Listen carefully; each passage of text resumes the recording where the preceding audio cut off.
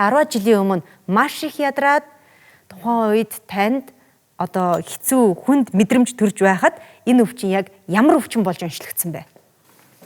Энэ яг тэр үед би өөрийгөө юу гэж хэлсэн гэхээр би ерөөсөн нүдний ханаа төрчлээ гэж бодсон. За тий. Ингээд би бүр ингээд байж чадаад мамаас нь босч чадахгүй, толгоогоо даахгүй.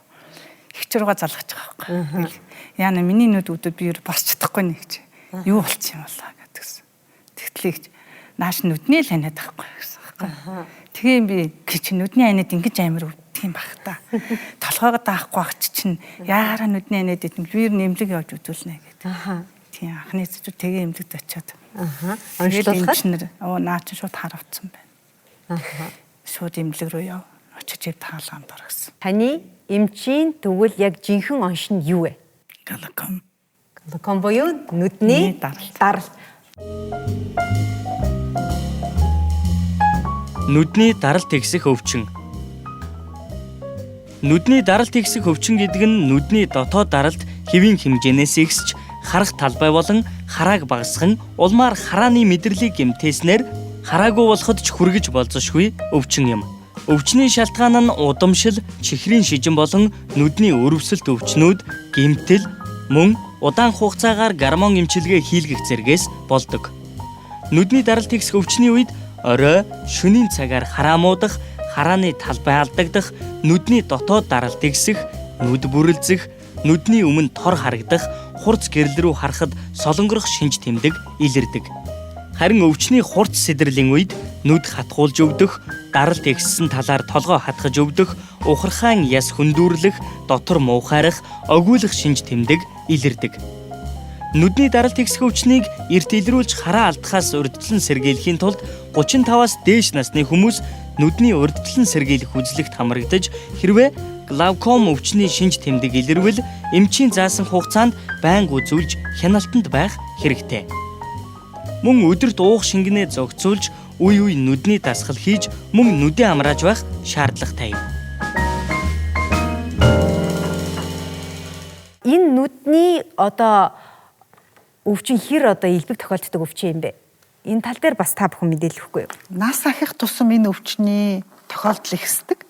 Хүүхдэд бол ховор, гэхдээ хүүхдэд төрөлхийн нүдний даралт ихсэх өвчин гэж байдаг. Удамшдаг гэсэн үг үү? Бас яг удамшихгүй. Одоохондоо ангаахын шалтгаан нь болоог байгаа. Төрөлхийн гэхэлэр төрөхдөө л энэ хүүхдийн нүдний даралт ихсэн төрхөнөө шүү дээ. Ер нь бол хэдий ч нэ эрт онцлон төдий ч нэ хүүхдийг сохорхоос аварна. Хэдий ч нэ онцлохоо оройтно төдий ч нэ хүүхд маань ерөнхийдөө тэгэл нэг 2-3 жилийн дараа энэ төр сохрох аюултай байдаг. Тийм болохоор бид нар бас ээж аав нарт хэд хэдэн шинж тэмдэг хэлж өгдөг юм. За яг хүүхд дээр бол төрөлхийн глаукомын үед 2-3 шинжийг л ажиглаж авах хэрэгтэй. Маш их анивчаад идэв. Та нар мэдэх болоогүй бол манай үзэгчид том хүн минутанд нэг 15 удаа анивчдаг гэдэг. Няраа хүүхэд бол минутанд 2-3 гэдэг. Яагаад ингэж няраа хүүхэд, бага насны хүүхэд цөөн анивчдгийг одоохондоо ангаах олоог байгаа. Гэхдээ нүдний даралт ихсэх өвчний үед хүүхэд яг том хүнтэй адилхан олон анивчаад идэг. Тэгээ гэрэл харах дээр маш хүчтэй өвдөнө. Мэдээж одоо эрүүл хүн чинь эрүүл хүүхэд ингээ гэрэл харах дээрээ гялбаад нүдээ ингээ штэ. Тэр бол бүр ингээ гэрэл хараад уйлна. Тэгээ нулимс сасгараад идэг. Энэ бол төрөлхийн глаукомын яг одоо онцгой шинжүүд. Энийг бас манай ээж аав нар мэдвэл эрт онцлох боломжтой. Манай залуу эмч, өрхийн эмч нар маань мэдчих яах юм бол эрт онцлоод хагалгаа хийгээд хүүхдийн харааг аврах боломжтой байдаг. Насан турсан хүний хувьд гэвэл Саранбаатар эмч арай дээр ярих байна. Саран эмч. За ер нь нүдний даралтай хүмүүс их тохиолддог тий. Тэгэхээр энэ өвчний хүндрэлийн хамгийн гол төгсгөл нь бүрэн хараагүй болох аюултай.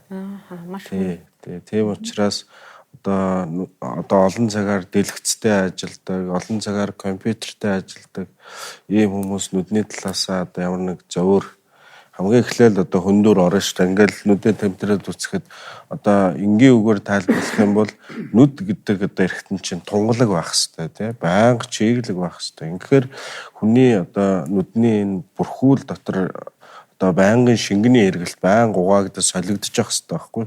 Тэгэхээр энэ шингэний урсгал саацсанаас болоод одоо нүдний доторх даралт одоо ихсээд ирж байгаа. Ингээд ирэхээр одоо нүдийг тижээж байгаа судас нүдний одоо мэдрэлүүд гэмтсэний улмаас одоо бүрэн хараагүй эргэж сэргэхээргүй дарагдчих гэмтдэг ийм өвчин байгаа. Баярлалаа эмч нартай. Отгон цэцэг эгчийн маань хувьд одоогоор хагалгаанд орсныхаа дараа ямар гам бариад яг өнөөдрийн төвшөнд одоо ийм эрүүл сарвал явж байна. Би одоо хаалгаанд орсныхаа дараа бол витамин аягүй сайн авсан. Тэг ер нь байнга витамин уудаг. Тэг ерөөсөө зурагт мурагт ямар ч юмтай тийм холбогддгоо бичиг заасны ажлаас хоолгонд байл болсон. Нөгөө эм тусаадгүй те байнга. Тэгээ байнга имээ тусаадаг. Нүдний даралт бууруулах. Нүднийхэн даралтны имээ тусаадаг. Эмчнараасаа зөвлөгөө авахад ер нь энэ өвчнөөс хэрхэн урьдчилан сэргийлэхийн одоо бүр хүндрүүлэхгүй байхын тулд ямар арга хэмжээ авах хэрэгтэй гэдэм бол Нүдний даралт ихсэх өвчний чинь анхдагч, хоёрдагч гэж хувааж байгаа юм.